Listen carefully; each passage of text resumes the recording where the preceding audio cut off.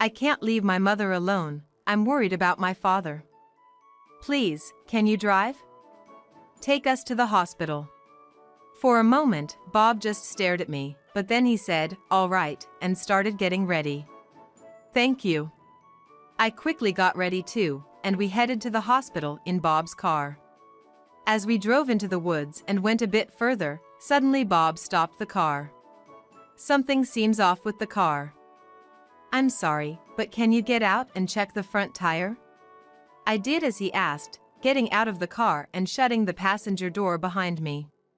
Suddenly, wait, what are you doing? Bob started the car without letting me back in. He pulled the car over to the opposite lane, hurriedly approached me, and threw my bag at me through the open window. That's for waking me up in the middle of the night. Bob smirked and said that, then drove off, disappearing from sight in no time. 2 hours later, I arrived at the hospital to find a critically injured Bob. My name is Catherine Thompson, 24 years old. A housewife. After graduating from college, I joined a major corporation, but I resigned after marrying a senior I met there, Bob. Bob was handsome, intelligent, an all-around athlete, and every girl's dream man.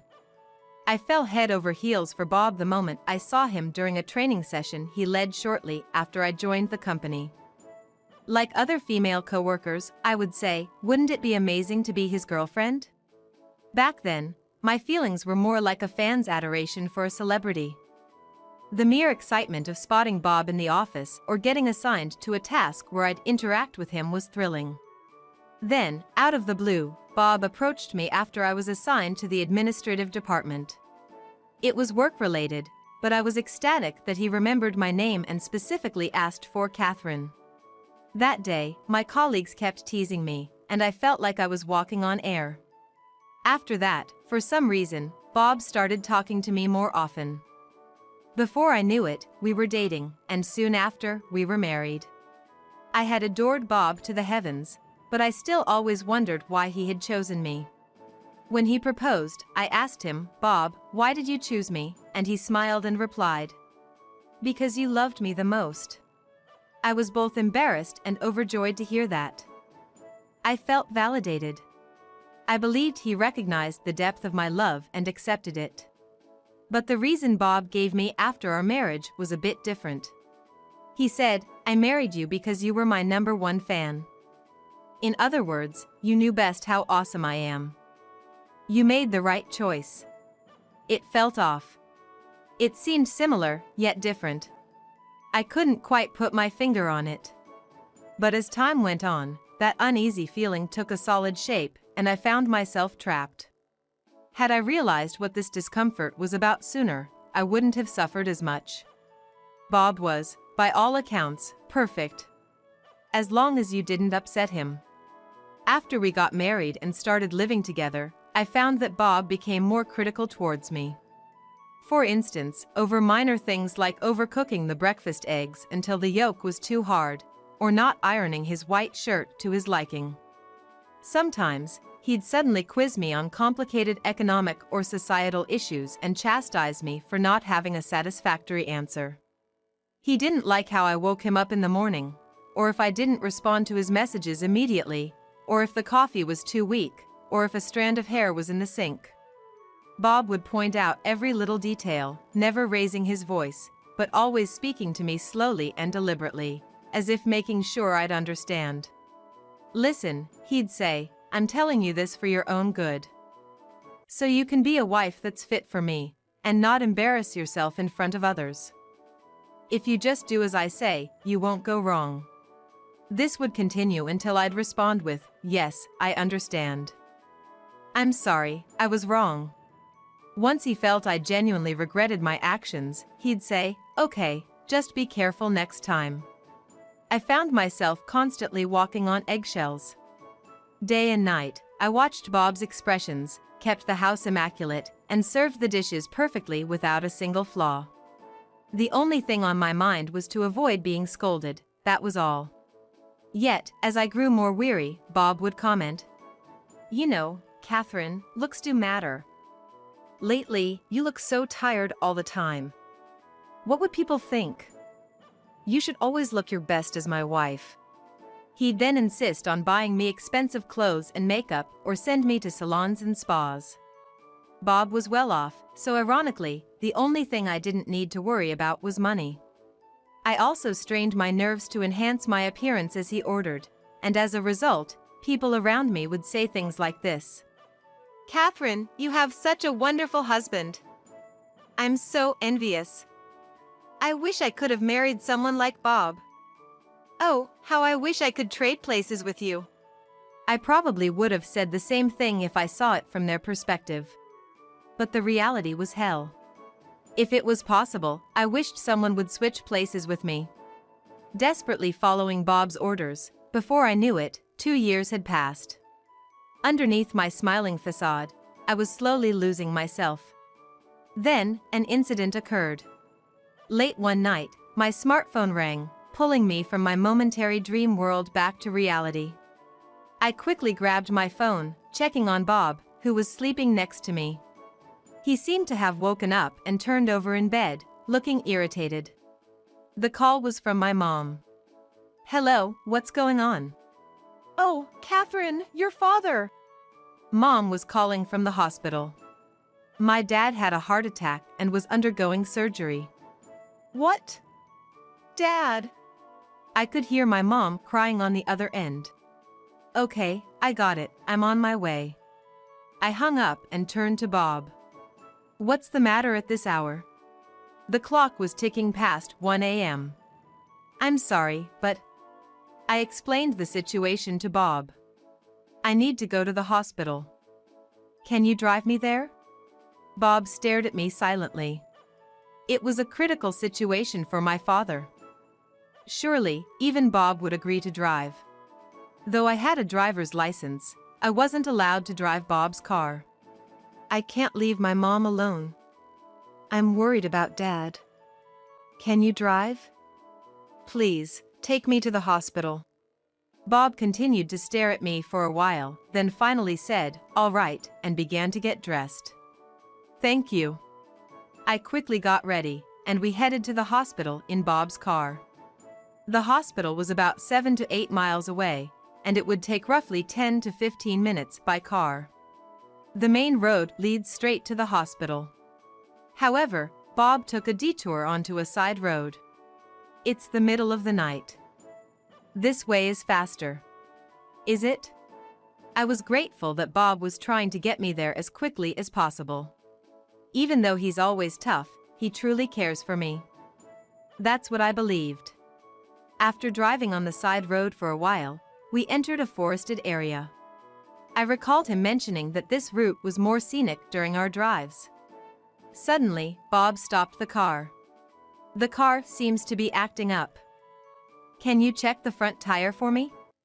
I got out as he asked and closed the passenger door. But then, what the? Bob started the car without me in it. The car moved a short distance forward, then reversed, turned around, and came back to where I was standing, looking stunned. "I have an important presentation tomorrow. And now, I've been woken up at this ungodly hour." Bob parked on the opposite lane, came rushing towards me, and threw my bag at me through the open window. "This is your punishment for waking me up in the middle of the night." Bob sneered in a creepy manner and said that. He then drove off in the original direction, and in a blink of an eye, he was out of sight. The location was inside a not-so-deep forest, and the time was nearing 2 a.m. Normally, one would feel helpless and even cry in such a situation, but I somehow felt relieved. In the pitch-black forest, I kept walking straight towards the hospital. A distance of about 6 miles, all I could think about was to reach my parents as quickly as possible. I couldn't care less about Bob's angry face. I wouldn't mind if I never saw him again. Back then, when he threw that bag at me, I almost broke down in tears, wondering why he would do such a thing. Had I messed up again? Did I upset Bob? I should apologize quickly. But I couldn't think of what to apologize for. What on earth did I do? However, in my confusion, Bob gave me the answer. It's punishment for waking me up in the middle of the night. If I had woken up Bob for some trivial reason, then it was my fault. But what if my father-in-law is in a critical condition, undergoing emergency surgery? And my mother-in-law is anxiously waiting for the surgery to end at the hospital. Bob probably doesn't care about how I feel, wanting to be with them as soon as possible. His work tomorrow must be more important to him than anything else. Even if he didn't care about my feelings or my parents, he could have just told me to go to the hospital alone. Instead, he pretended to drive me to the hospital, then lied and left me stranded in the dark forest. Such actions are beyond normal. It was a rude awakening for me. When I first saw Bob, I imagined him as a prince from a fairy tale, and I felt like I was living that dream by marrying him. But that dream turned out to be a nightmare. The real-life prince was nothing but a selfish person. It was all about him, and he even admitted the reason he married me was that I was his biggest admirer. In other words, he chose the easiest person to manipulate. All just to satisfy his ego. I thought I was loved and chosen by Bob, and tried my hardest to be a good wife to him, but now I don't care anymore. In that forest, I found my freedom. I can't go back to that cage anymore, and I have no intention to. What did I even find appealing in such a superficial person, who doesn't even seem human? While I was walking hastily through the forest, these were the thoughts running through my mind. After about 2 hours of walking, I finally reached the hospital. When I arrived at the hospital, I informed them at the emergency entrance that my father was brought in by ambulance and was undergoing surgery. The security guard at the reception checked the name I provided, and then asked me to sign in on the visitors list. Once done, he handed me a visitor's badge. I wore the badge around my neck and hurried to the central operation room, where my mom was waiting. The only sound echoing in the dimly lit corridor was the click-clack of my heels. 2 hours have passed since then. I wonder how my dad is and how my mom is holding up. Naturally, I quickened my pace. The exhaustion from the long walk was nowhere to be felt. After turning a few corners, I could see my mom sitting under a dim light on a sofa. "Mom! Catherine!" As I called out to her, she looked up with tears streaming down her face. I got a sinking feeling in my chest. Is something wrong with Dad? I sat down next to her on the sofa, and she said, No, I just felt relieved seeing your face. Your dad is still in surgery." "You startled me." I felt a rush of blood from my heart and all my strength drained away. After waiting a bit longer, the lights in the operating room finally went off. We were informed by the surgeon that the operation was successful. It would take some time for his condition to stabilize, but for now, the danger had passed. My mother and I shed tears of relief together. My father was taken to the ICU on a stretcher. He's still asleep, but I was truly relieved to see his face resting peacefully. Together with my mother, we followed to the ICU and watched over him as he was transferred to his bed. Now, there's nothing more we can do. We're just waiting for Dad to wake up and recover. I need to make sure Mom gets some rest. The 2 hours before I arrived must have been so lonely for her. Thinking about it made me angry at Bob. I took Mom to the vending machine area and bought her a warm tea. "Here, drink this to calm down." "Thank you." My mother opened a can of coffee and took a sip, seeming to finally calm down. Seeing her relaxed made me feel better too.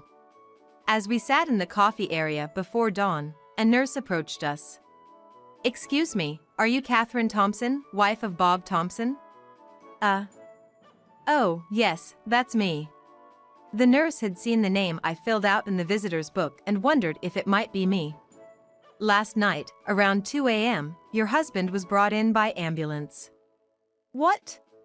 "We tried contacting the number your husband provided multiple times, but we couldn't reach you." I hurriedly took out my phone from my bag. When I got in the car, I had muted it, thinking I'd be at the hospital shortly. I remembered setting it that way, not wanting to waste any time adjusting settings when I got to the hospital. I saw several missed calls from an unknown number, which turned out to be this hospital's. Bob must have thought that I wouldn't go to the hospital and would just follow him home. So he provided both our home and my mobile number.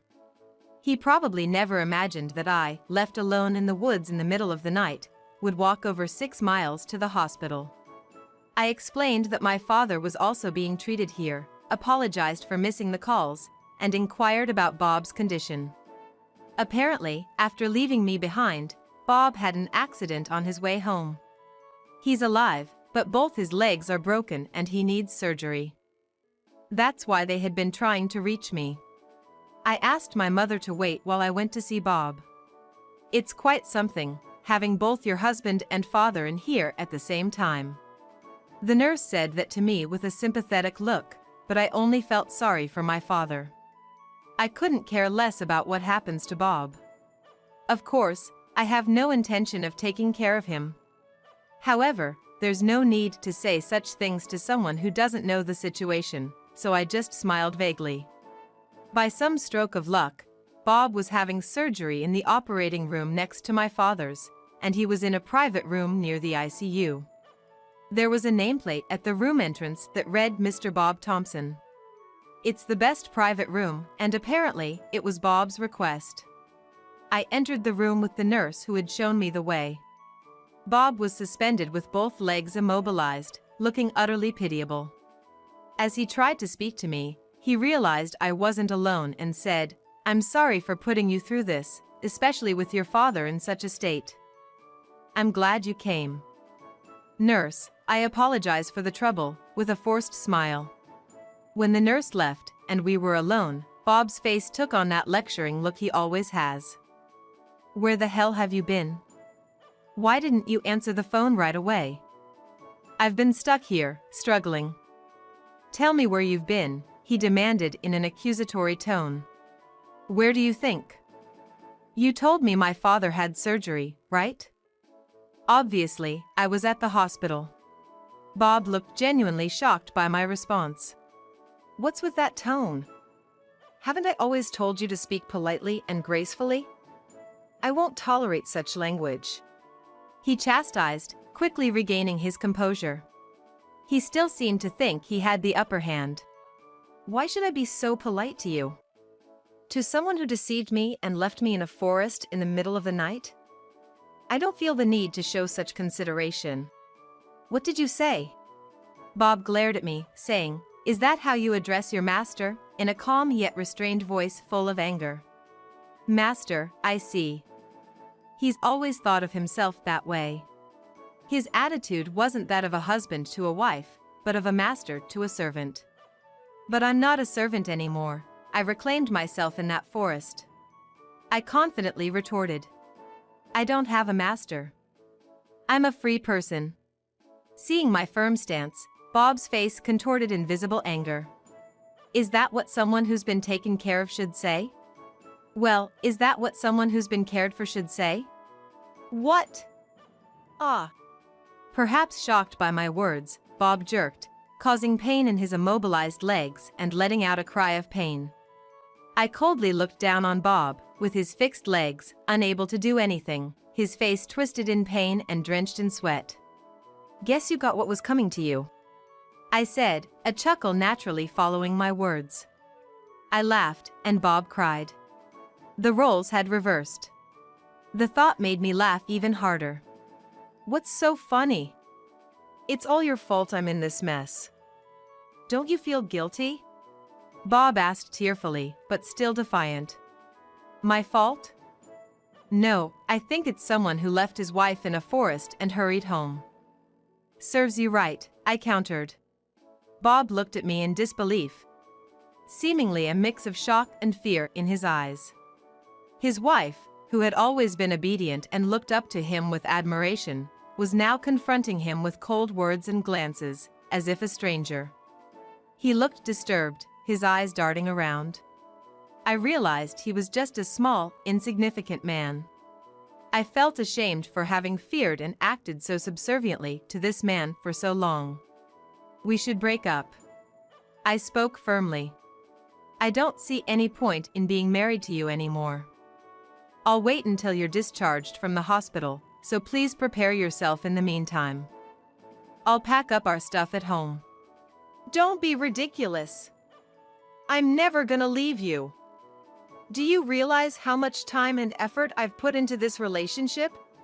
Bob winced in pain as he moved. He became silent, tears distorting his face. Do you have anything else to say? If you do, now's the time. What will it be?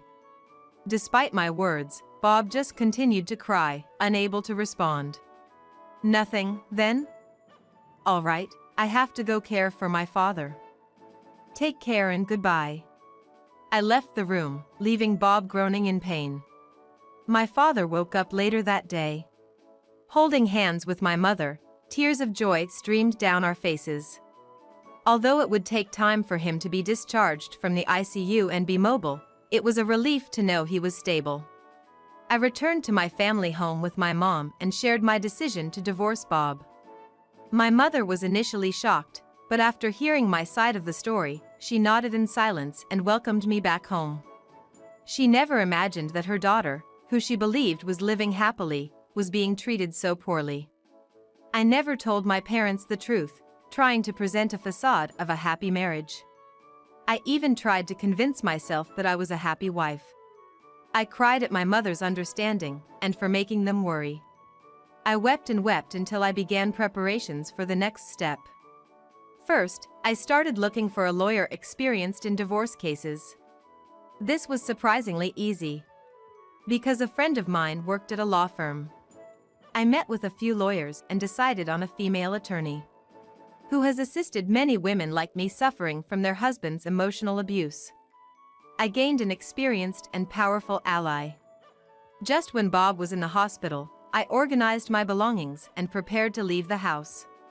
The challenge was to prove Bob's fault, but surprisingly, this was easily settled. When Bob had an accident and was questioned by the police, he told them, I had an accident on my way back from dropping off my wife at the hospital, where she wanted to be with her father who was being operated on after an emergency. However, his story seemed off. After all, I arrived at the hospital 2 hours after Bob's accident. When asked where he was and what he was doing during that time, I honestly told them everything, including being abandoned in the forest late at night. At first, the police were just shocked, but as they listened, they began to suspect it was malicious abandonment.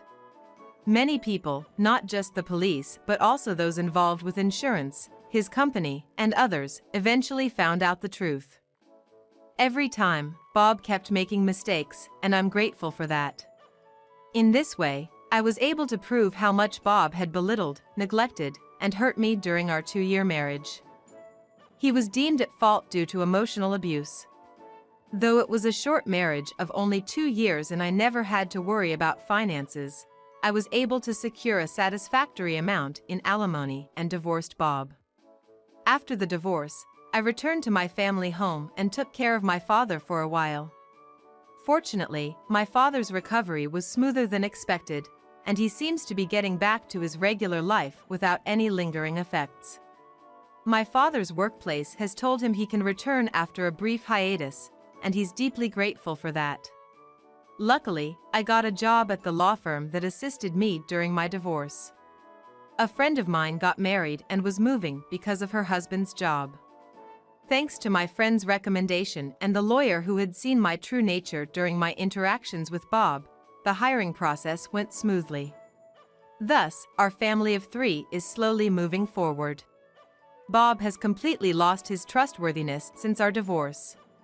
No matter how good-looking or elite he might be, he's now recognized as a terrible person who can't treat others properly. It seems like no one wants anything to do with him now.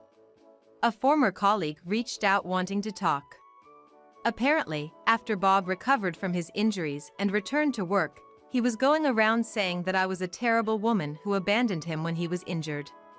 Despite many people already knowing the real reason for our divorce, I'm astounded at how much he underestimates me. So, I asked my lawyer to send him a formal notice, threatening to sue for defamation if he doesn't correct his story. My friends also shared the real story, and those who were about to believe Bob's version now recognize him as a lying emotional abuser. Well, he seems to still have his job because he's competent, but I wonder how long he can keep it up in such a hostile environment. Right now, I'm not ready to look for someone new, but I want to find someone who truly cares for me next time. I want to show my parents a genuinely happy version of myself. For that day, I'll keep my head held high and continue moving forward.